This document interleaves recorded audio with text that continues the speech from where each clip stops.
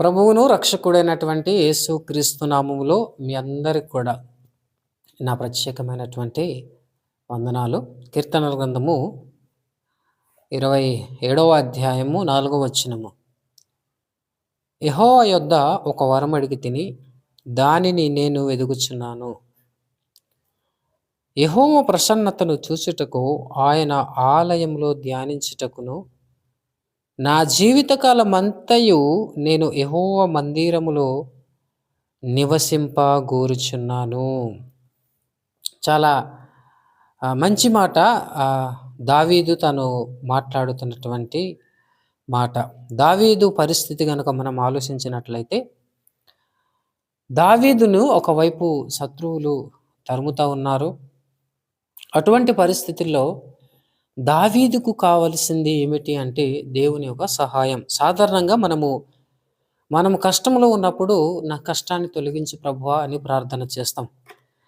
మనం అప్పుల్లో ఉన్నప్పుడు నా అప్పులన్నీ కూడా తొలగించు అని ప్రార్థన చేస్తాం. లేక మనకున్న అవసరాలన్నీ కూడా దేవుని ముందు పెట్టి, ఇవన్నీ నా అవసరాలు, వీటన్నిటినీ తీర్చు అని ప్రార్థన చేస్తూ ఉంటాం.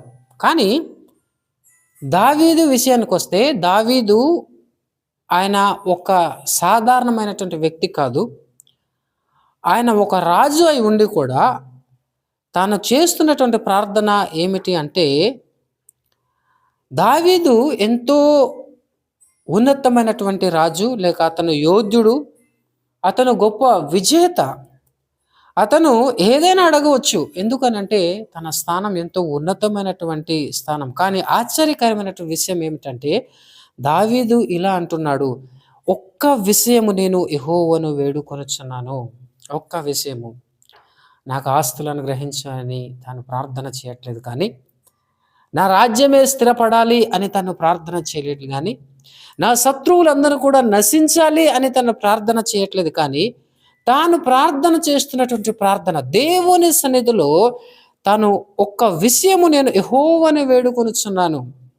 ఆ విషయము ఏమిటి అని మనం ఆలోచించినట్లయితే, తాను అంటున్నాడు కదా, యెహోవా ప్రసన్నత చూచుటకు ఆయన ఆలయములో ధ్యానించుటకును నా జీవితకాలమంతా నేను యెహోవా మందిరములో నివసింపగోరుచున్నాను. ఇక్కడ దావీదు ప్రార్థన ఏమిటి అని అంటే, దేవుడు నాకిచ్చే ఆశీర్వాదాల కంటే కూడా, దేవుడు నా శత్రువుల నుండి నాకు రక్షణ ఇచ్చే దానికంటే కూడా, లేక దేవుడు నా రాజ్యాన్ని స్థిరపరిచే దానికంటే కూడా, నా రాజ్యంలో అసలు శత్రువులే లేకుండా ఉండటం కంటే కూడా నాకు ప్రాముఖ్యమైనది ఏమిటి అని అంటే, నాకు ప్రాముఖ్యమైనది ఏది అని మనం ఆలోచించినట్లయితే, తాను అంటున్నటువంటి ఆ మాట ఏమిటి అని అంటే, యెహోవా ప్రసన్నత చూచుటకు ఆయన ఆలయంలో ధ్యానించుటకు నా జీవిత కాలమంతా నేను యెహోవా మందిరములో నివసింపగోరుచున్నాను. నాకు దేవుని మందిరములో నివసించటం కంటే ప్రాముఖ్యమైనది మరొకటి ఏమీ లేదు. నాకు ఎన్ని కష్టాలున్నా, ఎన్ని బాధలున్నా, శత్రువులు నన్ను తరుముతున్నా, నా పరిస్థితులు ఏదైనప్పటికైనాను నేను దేవునితో ఉండటము, లేక దేవుని సన్నిధిలో ఉండటము, దేవునితో నడవటం అనేది ఇది నాకు చాలా ప్రాముఖ్యము అని తాను ప్రార్థన చేస్తున్నాడు. దావీదు ప్రార్థనలో ఏమాత్రము తన కోసము తాను ప్రార్థించుకోవట్లేదు. నా రాజ్యమే స్థిరపడాలి, నా శత్రువులు నశించాలి, లేక నా కష్టాలు తొలగిపోవాలని తన ప్రార్థన లేదు. కానీ దావీదు అంటున్నాడు, కేవలం నీ సన్నిధిలో నా జీవిత కాలం అంతా కూడా నేను నివసించాలి. అంటే దేవుడిచ్చే ఆశీర్వాదాల కంటే కూడా నాకు ప్రాముఖ్యమైనది ఏదైనా ఉంది అంటే అది మీరే, అది నీలోనే ఉంది. కనుకనే నేను నీతో ఉండటమే అది చాలా ప్రాముఖ్యము, నీతో గడపటమే అది నాకు చాలా ప్రాముఖ్యమని దావీదు గ్రహించాడు. మన జీవితంలో కష్టాలు, సమస్యలు, అవమానాలు, నిందలు వచ్చినప్పుడు మనం ప్రార్థన చేస్తూ ఉంటాము, నా కష్టాలను తొలగించి ప్రభువా, నా అవసరాలని తీర్చు ప్రభువా, నా రోగాలని తొలగించి ప్రభువా అని మనం ప్రార్థన చేస్తుంటాము. కానీ అటువంటి పరిస్థితుల్లో కూడా దావీదు చేసినట్లుగా నీతో నేను ఉండటం ఇది నాకు చాలా ప్రాముఖ్యము. నీలో ఉండటమే నాకు క్షేమము. నువ్వే నా కోరికై ఉన్నది. నీతోనే నేను ఉంటానని మనం ఎప్పుడైనా మనం ప్రార్థన చేసామా? నిజంగా ఒక్కసారి మనం ఆలోచించినట్లయితే నా జీవిత కాలమంతయు యెహోవా మందిరములో నివసించుట. నేను నివసిస్తాను. నేను బ్రతికున్నంత వరకు కూడా నీ సన్నిధిలో నేను నివసిస్తాను అని తను ప్రార్థన చేస్తున్నాడు. అంటే ఇది కేవలము ఇది 4 గోడల మధ్య, అంటే 4 గోడల్లో ఉన్నటువంటి దేవుని మందిరం కోసం తను ప్రార్థించట్లేదు. కానీ నేను ఇంట్లో ఉన్నా దేవునితోనే ఉంటాను. నేను పని చేస్తున్నా దేవునితోనే ఉంటాను. నేను ఒంటరిగా ఉన్నా దేవునితో ఉంటాను.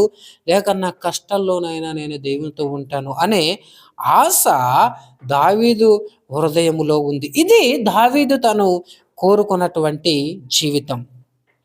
మన జీవితంలో కూడా మనము చాలాసార్లు మనం ఆలోచించినట్లయితే కేవలము మనము ఆదివారము దేవుని మందిరంలోనే ఉండాలి అని కోరుకుంటామా? లేక జీవితాంతము దేవుని సన్నిధిలో, దేవుని మందిరములో ఉండాలి అని కోరుకుంటామా? మనం ఆదివారం అంటేనే, ఆదివారం ఒక్క వారం రావడానికే, దేవుని మందిరములో రావడానికే ఎన్నో సాకులు వెతుక్కుంటాం. కానీ దావీదు ఎంతో రాజు, తనకు అసలు టైమే ఉన్నది. కానీ అటువంటి పరిస్థితుల్లో కూడా తాను కోరుకుంటున్నటువంటి కోరిక ఏంటంటే, నీ మందిరంలో నేను ఉండాలి, నీతో నేను ఉండాలి, నిరంతరం నీ ఆలోచనలతో నేను బ్రతకాలి. ఎంత మంచి ఆలోచన కదా!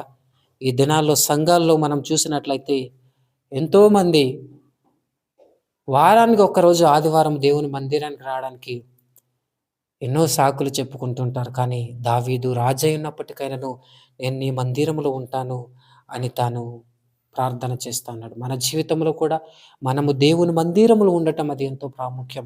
కష్టాలు ఉండవచ్చు, అవమానాలు ఉండవచ్చు. దావీదు లాగా మనకు కూడా శత్రువులు మనల్ని తరుముతూ ఉండవచ్చు.